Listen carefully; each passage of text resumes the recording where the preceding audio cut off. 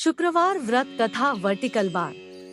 एक बूढ़ी औरत थी और उसका एक ही बेटा था।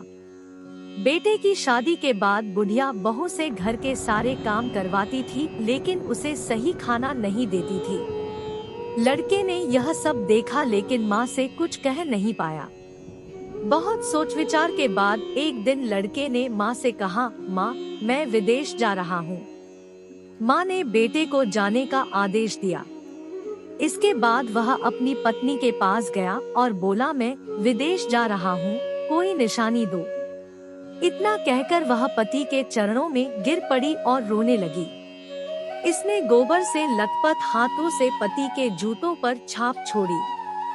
बेटे की मौत के बाद सास ससुर के अत्याचार और बढ़ गए।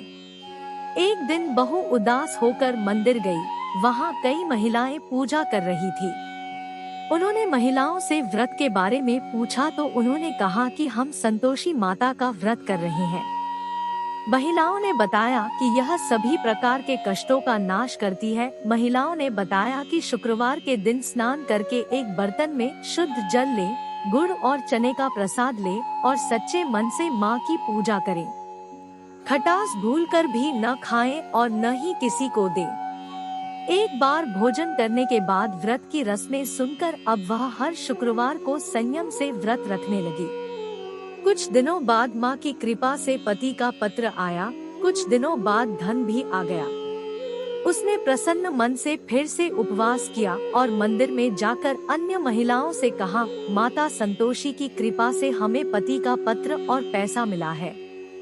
अन्य सभी महिलाओं ने भी श्रद्धा के साथ उपवास करना शुरू कर दिया। बहू बोली है, माँ, जब मेरे पति घर आएंगे तो मैं आपके व्रत का उद्यापन करूंगी। अब एक रात संतोषी माँ ने अपने पति को एक सपना दिया और कहा कि तुम अपने घर क्यों नहीं जाती? तो वह कहने लगा, सेठ का सारा सामान अभी बिकता नहीं है, रुपया अभी नहीं आया है। उसने सेठ को सपने के बारे में सब कुछ बताया और घर जाने की अनुमति मांगी, लेकिन सेठ ने मना कर दिया। माता की कृपा से अनेक व्यापारी आए, सोना चांदी तथा अन्य वस्तुएं खरीद कर ले गए। कर्जदारों ने भी पैसे लौटा दिए। अब साहूकार ने उन्हें घर जाने की इजाजत दे दी है। घर आने के बाद बेटे ने अपनी माँ और पत्नी को खूब पैसे दिए। पत्नी ने कहा कि मुझे संतोषी माता के व्रत का उद्यापन करना है। उसने सभी को आमंत्रित किया और उद्यान की सारी तैयारी की। एक पड़ोसी महिला उसे खुश देखकर ईर्ष्या करने लगी।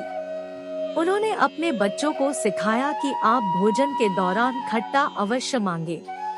उद्यापन के समय भोजन करते समय बच्चों में खटास आ गई तो बहू ने पैसे देकर उनका मनोरंजन किया। बच्चे दुकान से इमली और खट्टी मलाई खाने लगे तो माँ को बहू पर गुस्सा आ गया। राजा के दूत उसके पति को ले जाने लगे तो किसी ने बताया कि बच्चों ने उद्यान में पैसे की इमली खाई है। तो बहू ने फिर व्रत रखने का संकल्प लिया। संकल्प के बाद जब वह मंदिर से बाहर आई तो उनके पति को रास्ते में आते देखा गया। पति ने कहा, राजा ने जो पैसा कमाया है उसका टैक्स मांगा था। अगले शुक्रवार को उन्होंने फिर से विधिवत उपवास किया। इससे संतोषी माँ प्रसन्न हुई। 9 महीने के बाद उन्हें चंद्रमा जैसा सुंदर पुत्र हुआ। अब सास, बहू और बेटा माँ की कृपा से खुशी खुशी रहने लगे।